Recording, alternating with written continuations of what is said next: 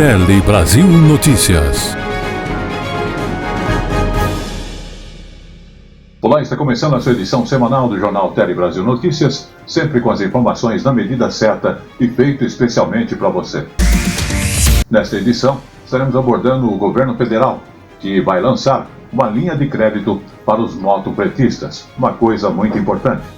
Abordaremos também a questão do Ministério da Saúde, que está ampliando a vacina contra a hepatite A, uma questão de saúde que busca soluções e atendimento mais prático a cada pessoa.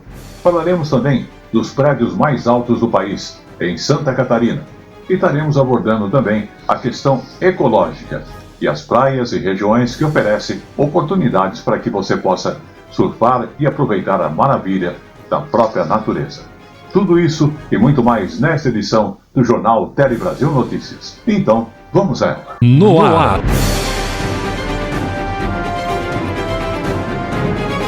Tele Brasil Notícias. E começamos essa edição do Jornal Tele Brasil Notícias falando de economia, porque o governo federal vai lançar uma linha de crédito exclusiva para motopretistas, ou seja, para esta categoria. O anúncio foi feito pelo ministro do Trabalho e Emprego, Luiz Marinho. Tudo isso aconteceu durante a abertura da Semana do Trabalho, que traz a programação cultural e educativa em Brasília. Vamos observar. E o governo federal ainda tem se debruçado sobre uma proposta especial para os trabalhadores de aplicativos e empreendedores, como explicou Luiz Marinho. Tem o projeto para os motofretistas, que é outro debate importante, e o governo está discutindo, casado com a regulamentação dessa função, dessa profissão, desta ocupação, que nós estamos chamando de autônomo com direito no projeto, a ideia de lançar mão de crédito para que, vamos imaginar, o jovem que trabalha com entrega com moto, que ele possa adquirir a sua moto em boas condições, a partir de crédito que nós estamos discutindo para propiciar que a gente melhore a condição desses trabalhadores e dessas trabalhadoras.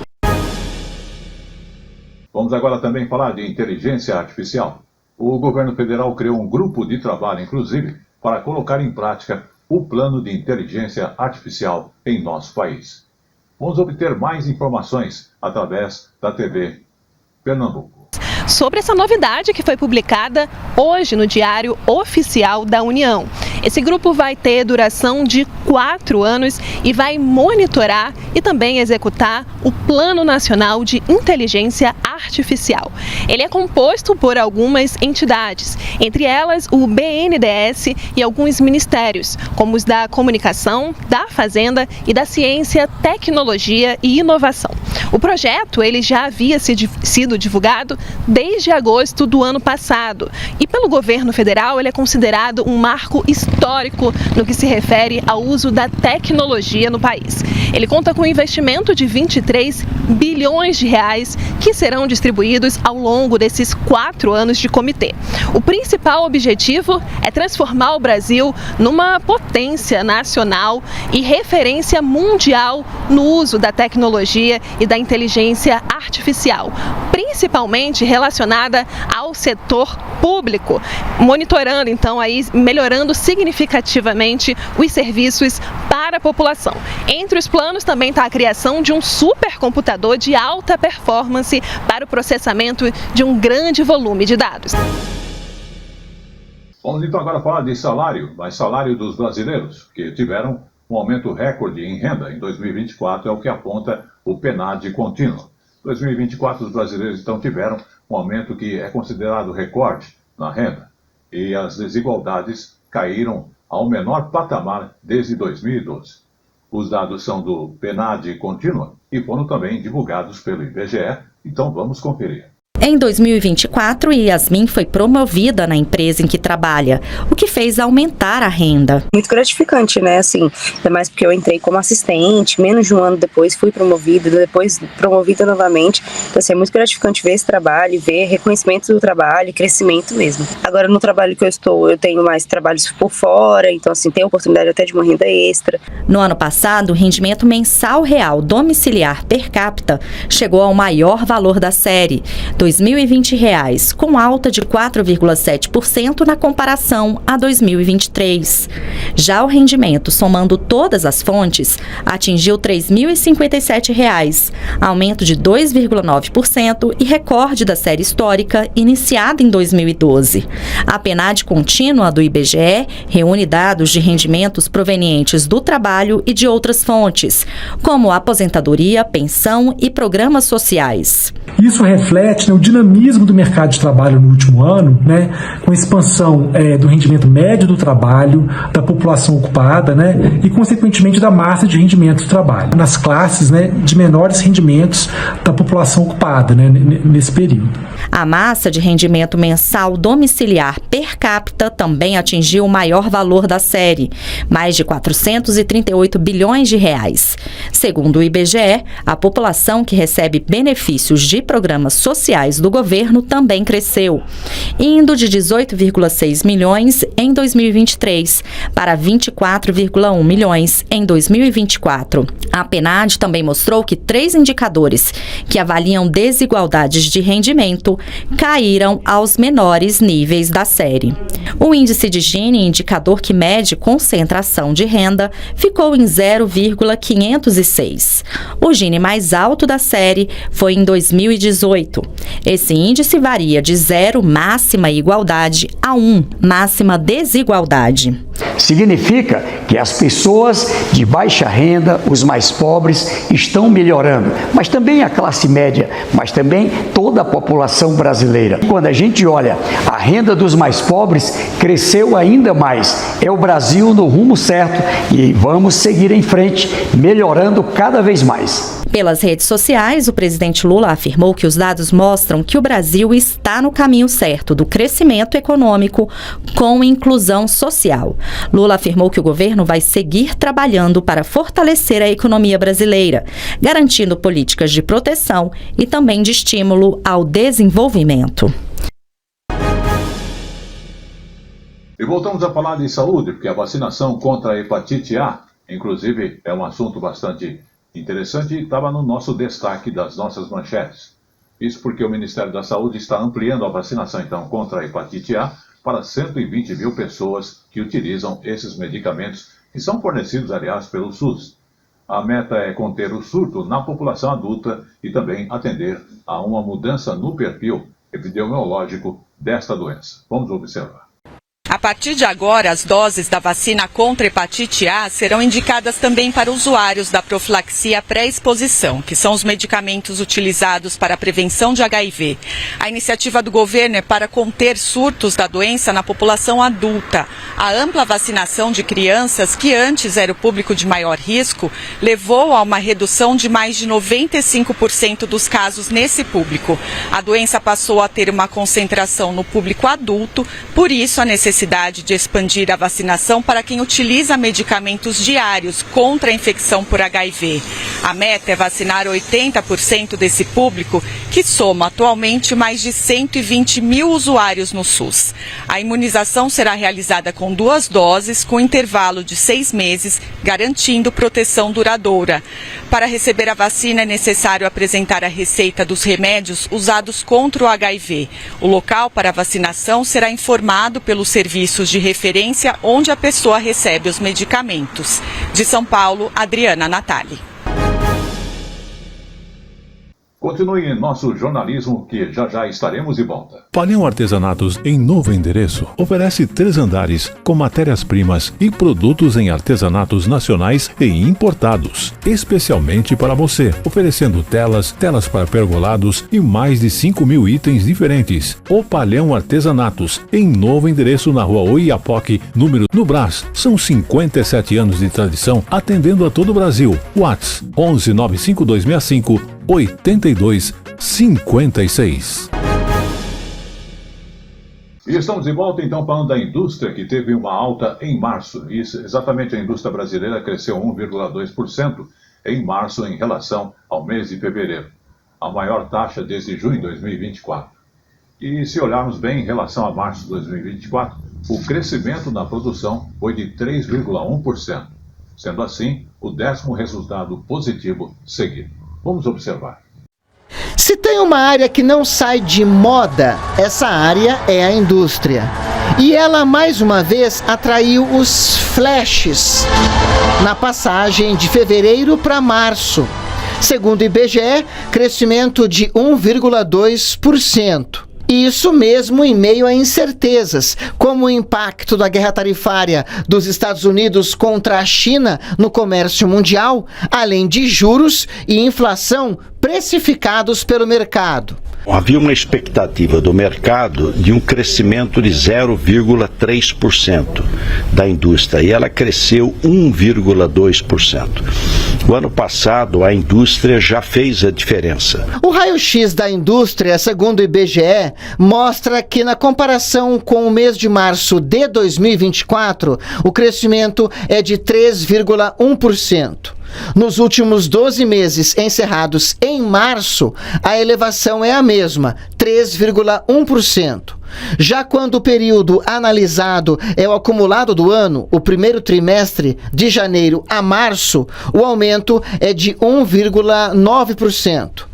Com esses números, o IBGE conclui que a produção industrial está 2,8% acima do nível pré-pandemia. E nesse ritmo, um setor que se destaca é o automotivo. Tanto que, em abril, o presidente Lula participou do anúncio de 2 novos modelos de veículos produzidos aqui no Brasil pela Nissan, a gigante japonesa, ao custo de quase 3 bilhões de reais. A indústria automotiva no mundo cresceu 2% ano passado, em média, a indústria automotiva. No Brasil cresceu 9,7%. A indústria de ar-condicionado, que está toda na Amazônia, a indústria de ar-condicionado cresceu 38% ano passado. Nós somos hoje o 2º fabricante do mundo de ar-condicionado, atrás apenas da China.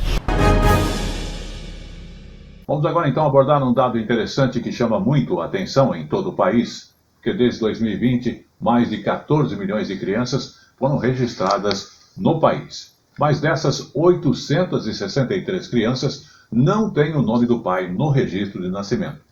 Isso é um exemplo, está lá no Amazonas. O cenário não tem sido tão diferente lá, e a reportagem vem então da TV Encontro das Águas, emissora da Rede Nacional de Comunicação. Vamos observar. Aqui no estado, desde 2020, mais de 41 mil crianças aí tiveram apenas o nome da mãe em seus registros de nascimento. Só esse ano já são mais de 7.400 registros aí que estão apenas com o nome da mãe. É um número alto, mas que representa aí uma queda de 20% em comparação com 2023, por exemplo. O reconhecimento da paternidade ele pode ser feito em cartório, aí sem a precisão de ação judicial quando há consenso. Quando não há esse consenso entre os pais, a mãe pode informar apenas o nome do suposto pai e esse processo então segue aí em investigação. No Amazonas, uma campanha, a campanha Eu Tenho Pai, que foi criada pela Defensoria Pública desde 2022, tem ofertado exames gratuitos de DNA para famílias em situação de vulnerabilidade social. Essa ação, ela chamou tanta atenção que serviu de base para a campanha nacional Meu Pai Tem Nome, que hoje é promovida em todo o país pelas defensorias públicas de todos os estados. Um caminho possível para garantir aí o direito básico, tanto a identidade como também a filiação. Vamos agora falar também da questão de assédio online. Discriminação, então, contra pessoas com deficiência é um crime já previsto na própria legislação brasileira. Agora, uma lei, inclusive aprovada no estado do Rio de Janeiro, pretende combater também o assédio online, voltado justamente a esse público. Vamos observar. A carioca Maju de Araújo é uma modelo internacional com síndrome de Down que tem mais de 1 milhão de seguidores nas redes sociais. Após sofrer discriminação na internet, ela travou uma batalha por justiça e hoje dá nome à lei estadual que combate o assédio online e o cyberbullying voltado às pessoas com deficiência. Uma das apenações é a própria pessoa perder o espaço na rede social, naquela plataforma que ela está cometendo essa ofensa, essa injúria. A lei cria também um comitê de monitoramento. A lei também ela dá a possibilidade do Estado criar um setor ou um órgão para receber essas denúncias. A pessoa acha que por estar de trás da telinha vai poder te atingir, vai poder te diminuir, vai poder te difamar e vai ficar impune. Não vai. O ataque sofrido nas redes sociais por Viviane de Assis durante o carnaval deste ano é mais um exemplo de capacitismo. Viviane nasceu com o nanismo e desfila pela Viradouro. Ela se orgulha de ser passista e de mostrar ao mundo que o samba é para quem quiser. Mas um humorista usou vídeos que ela posta nas redes sociais para fazer agressões contra ela. Me atacou agressivamente. E ele falou que eu poderia processar ele, que o processo seria pequeno. Depois ele se retratou num vídeo falando que foi apenas uma piada. Ou seja, é piada fazer os outros chorarem? A deficiência não é uma piada. De acordo com o Estatuto da Pessoa com Deficiência, a discriminação é crime e, quando é praticada por meios de comunicação ou qualquer tipo de publicação, pode ser punida com pena de 2 a 5 anos de prisão. A sensação de anonimato pode motivar práticas criminosas na internet. Para além da gente lutar, obviamente, pela responsabilização das pessoas que cometem crimes na internet, é essencial que a gente trabalhe na prevenção, na educação, na conscientização. Os haters que gostam de fazer piadas vão ser pegos e vão ser processados e vão ter que pagar por isso. É isso que a gente quer. Vou trabalhar, isso é problema dela, isso é problema dela. Vamos agora falar com as mulheres, porque o sonho de ser mãe está mostrando aí que um dado interessante divulgado pelo IBGE está chamando a atenção cada vez mais. Porque mulheres têm adiado o sonho de ser mãe nos últimos 12 anos. No Brasil, cresceu 65% o número de mulheres que optaram pela maternidade depois dos 40 anos de idade. Uma escolha cada vez mais comum, graças principalmente aos avanços da medicina. Vamos ver na reportagem da Rede Minas mais detalhes sobre esta questão. Renata teve Bento aos 41 anos. A gravidez na pandemia trouxe insegurança, mas a família superou tudo com muito amor e afeto. Uma jornada transformadora, como a maternidade sabe ser. Nós não somos senhores e senhoras das nossas escolhas. A minha vida, que sempre foi muito planejada, muito cartesiana, foi premiada com essa chegada do Bento aos 41 anos de idade. A maternidade tardia é uma escolha cada vez mais presente no país. De acordo com dados do IBGE, o número de mães com mais de 40 anos cresceu 65% entre os anos de 2011 e 2022. Esta decisão está relacionada em boa parte à carreira, melhores oportunidades no mercado de trabalho e também a avanços na medicina. É importante consultar um médico especialista. Conhecimento é fundamental para evitar riscos associados à maternidade tardia, como hipertensão e diabetes para as mães e para os bebês, prematuridade e alterações genéticas, doenças cromossômicas, como a síndrome de Down. A medicina avançou bastante, a gente tem muitos estudos, muitos exames, né, que a gente pode fazer esse rastreamento precoce de doenças, exames genéticos, e com isso é possível sim engravidar aos 35, aos 40 anos, né, desde que a gente tenha essa avaliação, desde que tenha um planejamento, desde que tenha um cuidado. Fernanda é mãe de 3 e teve o último filho após os 40. Psicóloga, ela tem conhecimento de causa sobre as dores e prazeres da maternidade. Ela tem que dormir pensando no lanche, no uniforme, no trabalho. Essas habilidades são levadas totalmente para o mundo corporativo. Ela tem uma força e habilidades novas que a empresa precisa estar atenta a isso. E chegou agora no Tele Brasil Notícias o nosso Momento Jurídico. O Momento Jurídico de hoje aborda a questão que o STJ decidiu que EPI eficaz afasta a contagem de tempo da aposentadoria especial. O Superior Tribunal de Justiça define que a anotação positiva sobre o uso de equipamento de proteção individual afasta risco laboral para fins de aposentadoria especial. Sob o rito dos recursos repetitivos, cadastrado como tema 1090, a primeira sessão do STJ estabeleceu as seguintes teses. A informação no perfil profissiográfico previdenciário sobre a existência de EPI descaracteriza, em princípio, o tempo especial, ressalvadas as hipóteses excepcionais nas quais, mesmo diante da comprovada proteção, o direito à contagem especial é reconhecido. Foi estabelecido também que cabe ao autor da ação previdenciária o ônus de comprovar a ausência de adequação ao risco da atividade, a inexistência ou irregularidade do certificado de conformidade, o descumprimento das normas de manutenção, substituição e higienização, a ausência ou insuficiência de orientação e treinamento sobre o uso adequado, guarda e conservação ou qualquer outro motivo capaz de conduzir à conclusão da ineficácia do EPI. Por fim, ficou definido ainda que se a valoração da prova concluir pela presença de divergência ou de dúvida sobre a real eficácia do EPI, a conclusão deverá ser favorável ao autor. De acordo com a relatora do repetitivo, ministra Maria Tereza de Assis Moura, o Supremo Tribunal Federal já se manifestou no sentido de que a indicação de uso adequado do EPI descaracteriza o tempo especial, salvo se o segurado produzir prova de que o equipamento não era utilizado ou não era eficaz.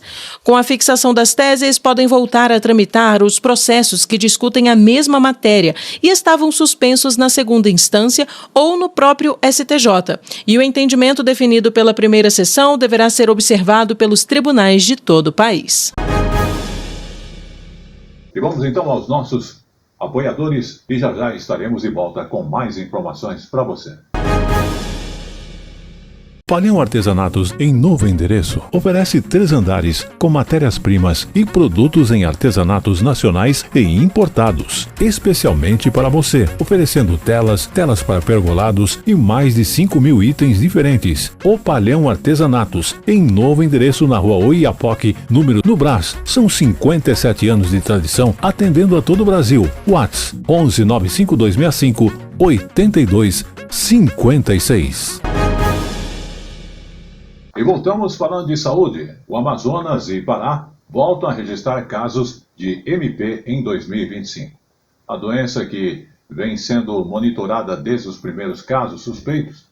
Agora a gente vai obter mais informações através da TV de Manaus, que é a TV Encontro das Águas. Vamos observar. O Amazonas já confirmou 33 casos aí da Mpox entre janeiro e abril, todos eles em Manaus, porém sem registros de morte.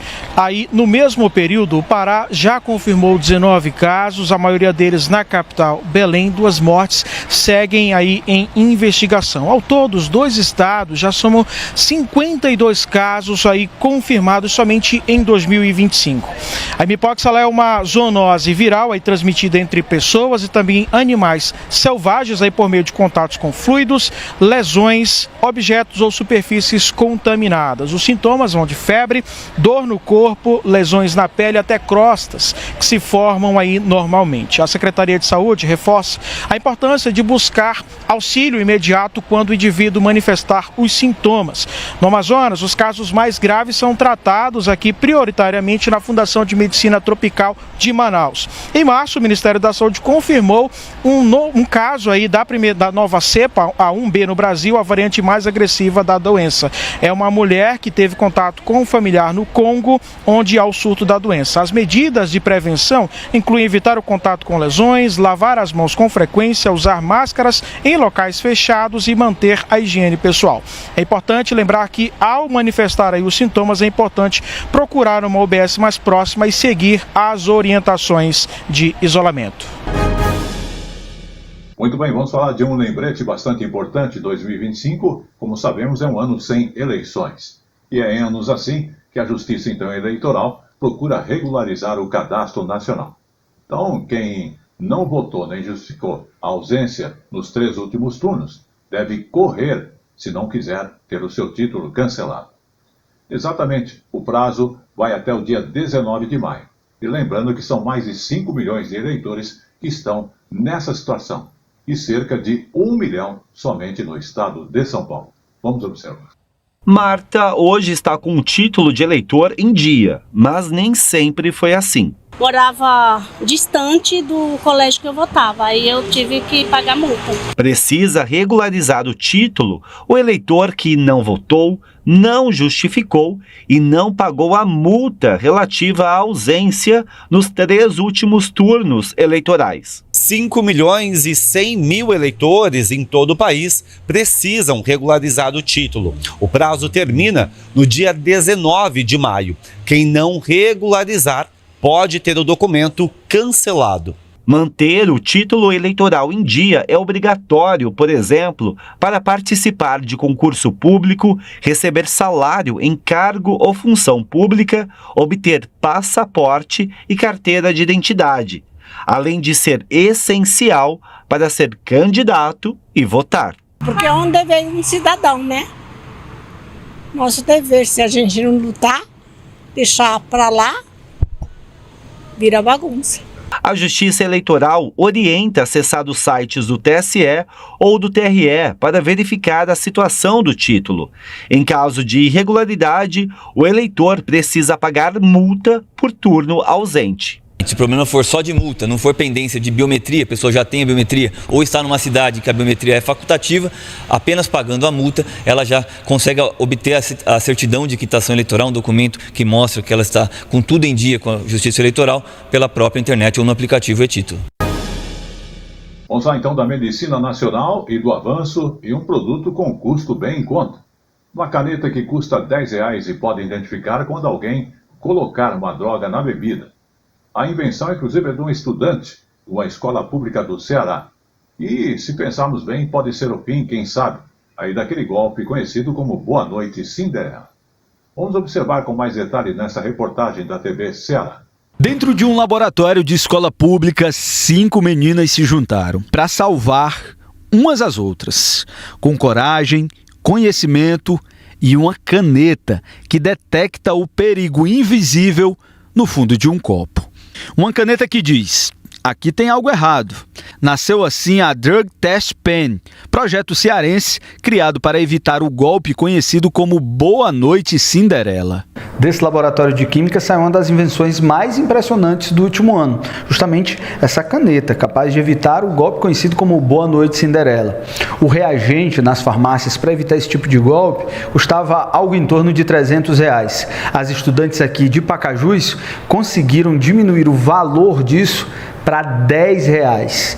É um custo-benefício impressionante e que promete salvar muitas vidas. E como funciona o Boa Noite Cinderela? As substâncias utilizadas são os benzodiazepínicos, como o diazepam e o flunitrazepam. Os efeitos no corpo são perda de consciência, amnésia, sonolência extrema. E o objetivo é dopar a vítima para cometer o abuso, o roubo ou as duas coisas.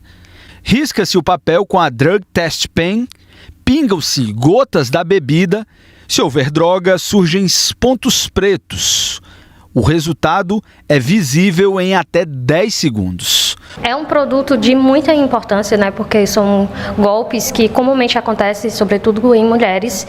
E as pessoas não esperam que aconteçam com elas, mas é mais comum do que imaginam. A caneta foi pensada para ser leve, discreta e fácil de usar em qualquer lugar. É um escudo silencioso, capaz de dizer quando um gole pode virar um risco. O projeto ganhou espaço em feiras científicas, inclusive na Universidade de São Paulo, onde as meninas representaram o Ceará com muito orgulho. Mas muito mais que medalhas, elas querem mudar realidades. Além de ter uma duração muito boa, uma caneta pode ser usada por 6 meses e se você for dividir R$10 para 6 meses, ela custa centavos por dia. É uma felicidade assim tremenda ver o reconhecimento e pensar, olha, eu consegui fazer isso. Hoje, a Drug Test Pen ainda é um protótipo, mas as criadoras seguem trabalhando para aperfeiçoar o que já nasceu gigante. A gente quer deixar ele mais fácil ainda. E também a questão de você estar num ambiente, uma festa, um local escuro, não dá para enxergar direito as bolinhas pretas. Então a gente quer colocar tanto em luminosidade como acender. Vamos falar agora de desenvolvimento humano. O Brasil subiu 5 posições no ranking do relatório do Índice de Desenvolvimento Humano, o IDH, divulgado pela Organização das Nações Unidas, ficando na posição de 84, um patamar considerado de desenvolvimento alto. Vamos observar nesta informação desta reportagem. Divulgado hoje pelo Programa de Desenvolvimento das Nações Unidas, esta edição do IDH reúne informações de 193 países com dados relativos a 2023, analisando indicadores de expectativa de vida, escolaridade e produto interno bruto por indivíduo. O Brasil subiu 5 posições em relação ao relatório anterior, ficando na posição 84, com um IDH de 0,786, índice considerado de desenvolvimento alto, numa escala que vai de 0 a 1 ponto. Em relação a 2022, o IDH do país cresceu 0,77%. O relatório da ONU também apresenta um ajuste do IDH, levando em consideração o aspecto da desigualdade social. Nesse caso, o IDH do Brasil vai para 0,594 ponto, o que faz com que o país fique apenas na posição 105 no mundo, caindo para a categoria de IDH médio. No caso da comparação entre gêneros, o IDH das mulheres é um pouco melhor do que o dos homens no país. As mulheres brasileiras têm indicadores melhores de expectativa de vida e de escolaridade, mas perdem no PIB per capita. Entre os países da América Latina, o Chile está na melhor posição, com IDH de 0,878 no número 45. A Islândia ultrapassou a Suíça e a Noruega e agora é o país com maior IDH no mundo, com 0,972. Já o Sudão do Sul, nação mais jovem do planeta, criada em 2011, tem o pior indicador, com 0,388. As duas dimensões do desenvolvimento humano que impulsionaram o crescimento do IDH brasileiro. Foi a recuperação total do Brasil na dimensão saúde, que havia sido atingida fortemente durante a crise da Covid-19. O país teve uma performance nessa dimensão além do esperado. E a dimensão renda também trouxe um maior fôlego para o crescimento do IDH, com o aumento da renda média per capita brasileira. Isso é captado pelo IDH de forma muito acurada. A dimensão educação, ela também contribuiu para o crescimento do IDH, mas de forma mais tímida que as outras duas dimensões. Vamos agora falar do meio ambiente. A Organização da Sociedade Civil e também especialistas do meio ambiente aprovaram 100 ações para aprimorar o combate às mudanças climáticas do país. Eles participaram da 5ª edição, inclusive, da Conferência Nacional do Meio Ambiente, que terminou recentemente. Vamos observar com mais detalhes nesta reportagem.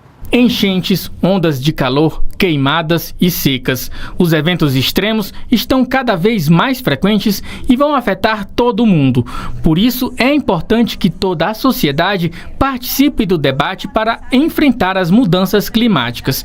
E esse foi justamente o objetivo da 5ª Conferência Nacional do Meio Ambiente. Durante 4 dias, 1.500 participantes de todo o país analisaram mais de 2.600 propostas para elaborar o novo Plano Nacional sobre Mudanças Climáticas, com ações planejadas até 2035.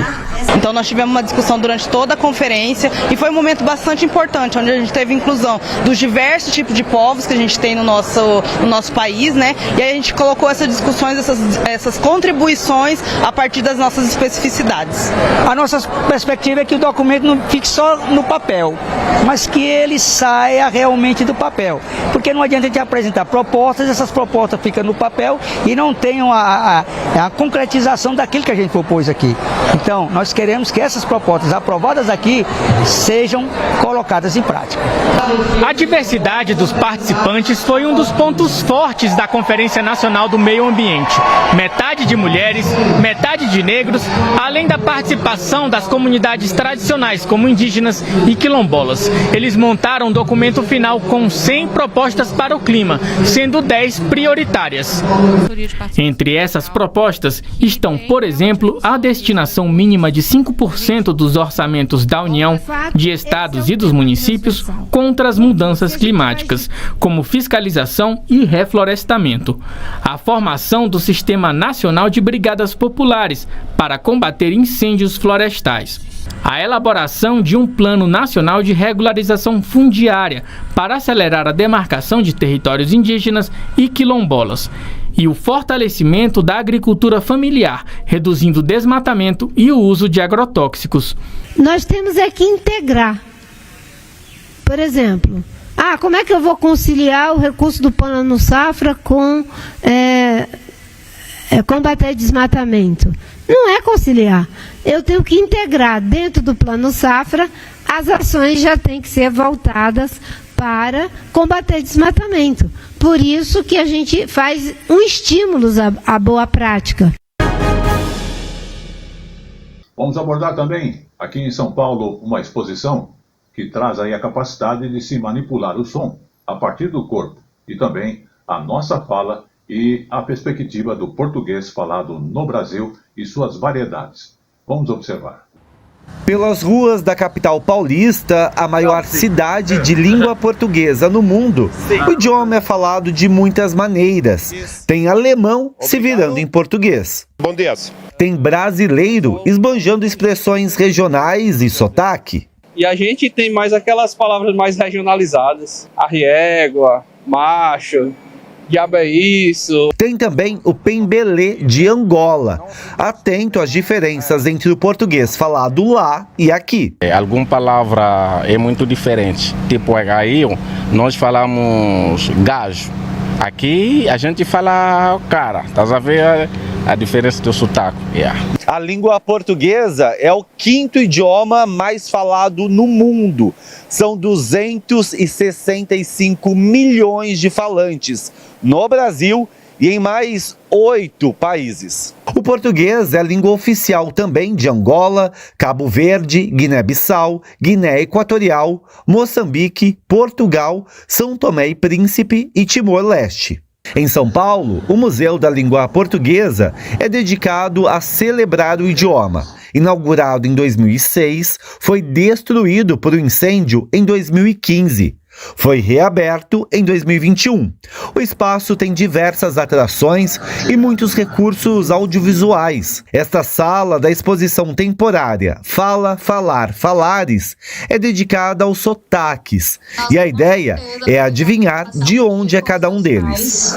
E pediria para comer uma comida da praia, um peixinho frito com farofa e baião. É uma exposição sobre cada brasileiro e cada sotaque diferente.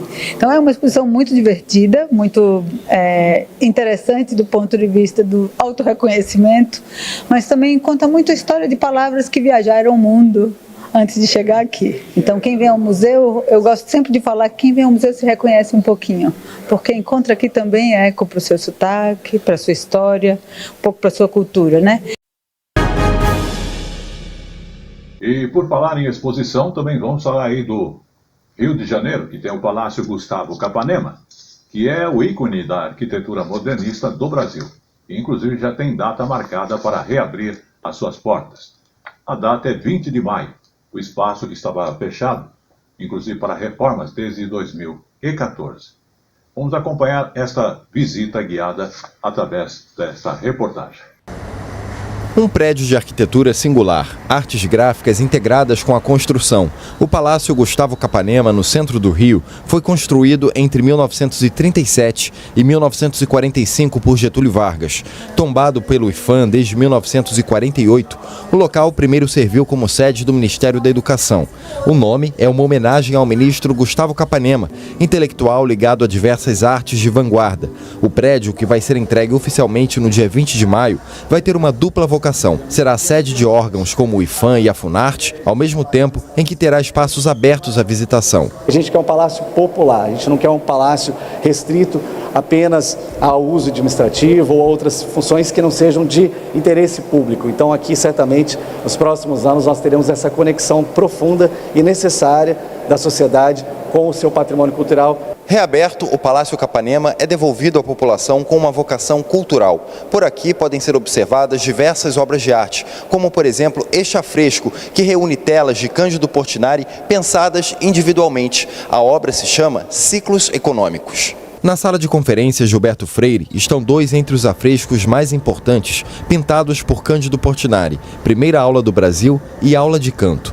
Portinari também assina outras obras que compõem o palácio, inclusive a arte dos azulejos, que reveste a parte externa, uma vista deslumbrante, diversas esculturas e o jardim projetado por Burle Marx. A cobertura terá um café, o 8º andar será a sede do IPHAN, o 4º andar, a Biblioteca Euclides da Cunha, com gestão da Biblioteca Nacional e um acervo de mais de 1000 peças. Fechado há mais de 10 anos, o espaço agora pode sediar reuniões do Encontro dos BRICS, com diversos países emergentes. A entrega do Capanema pontua a volta do Ministério da Cultura, os 40 anos do Ministério.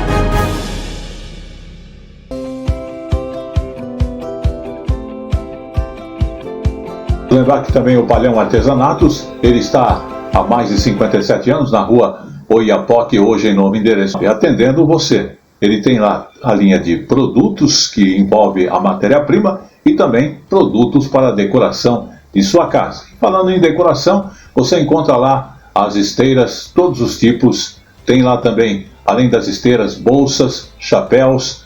Você vai encontrar cestas de bime, bambu, cesta em palha, uma linha completa. E olha, todos os tipos de cash pole. Você que busca cash pole, na palha da taboa, milho, na palha também da carnaúba e todos os tipos de esteiras. Em carnaúba, sisal, taboa, de junco, seda do buriti e também aquele trançado branco.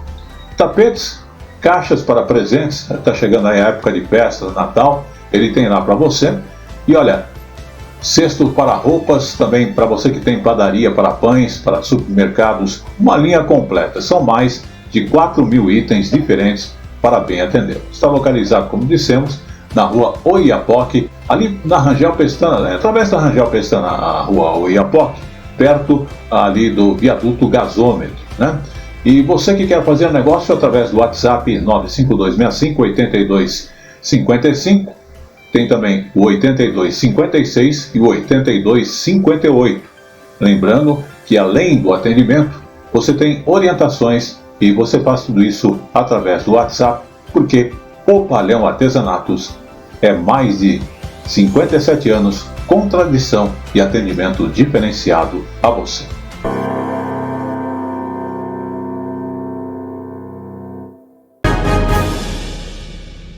Também falar aí dos 7 dos 10 prédios mais altos do país estão em Balneário Camboriú.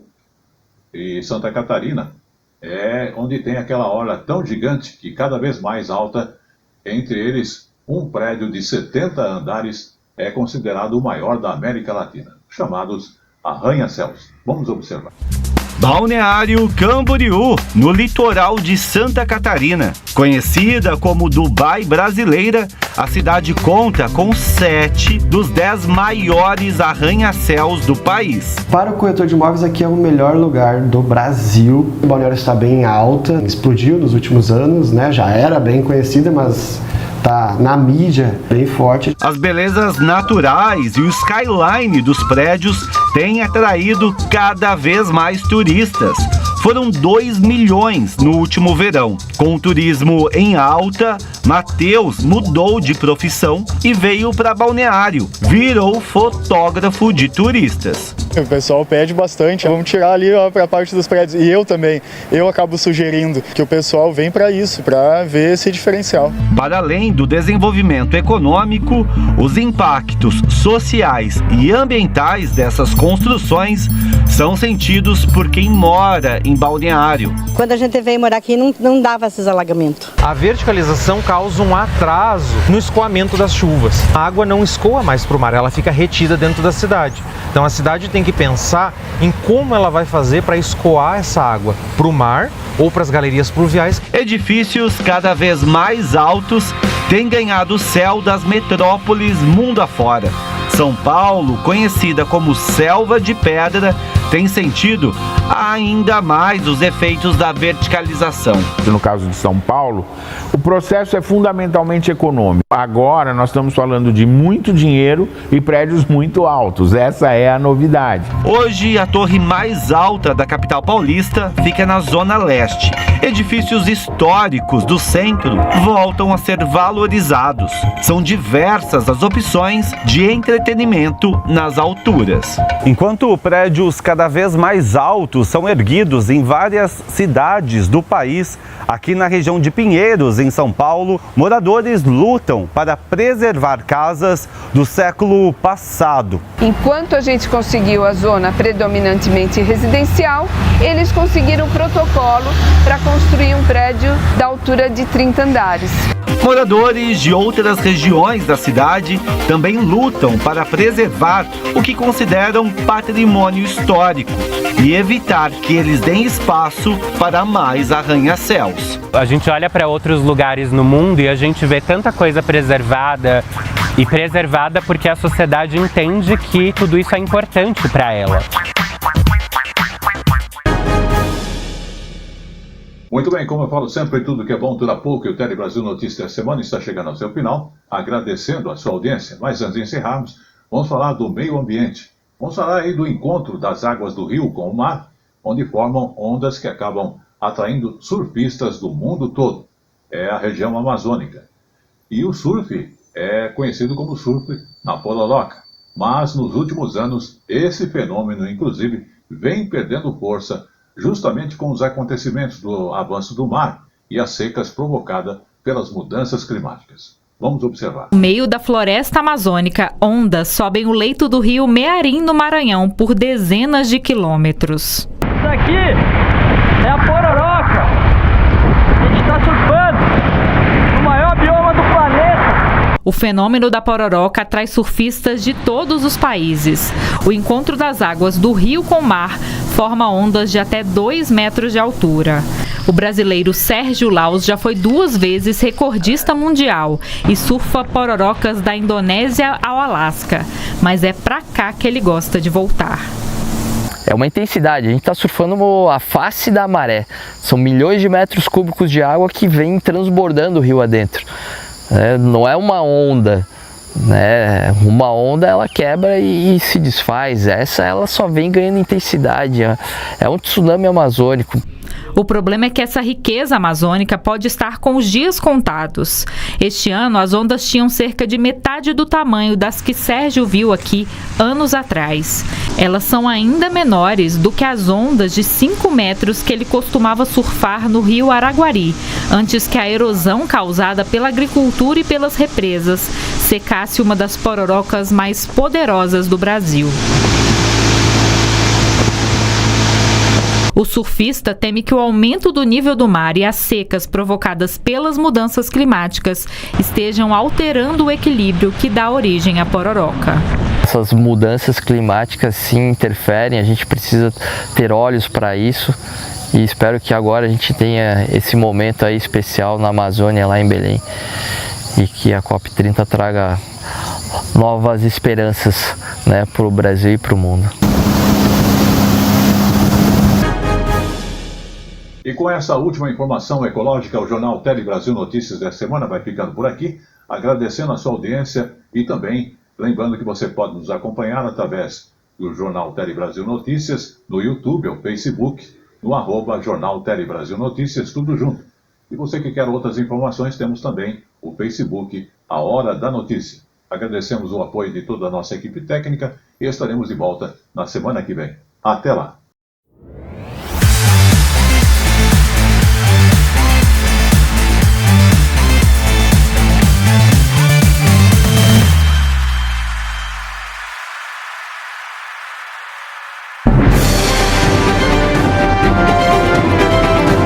Tele Brasil Notícias.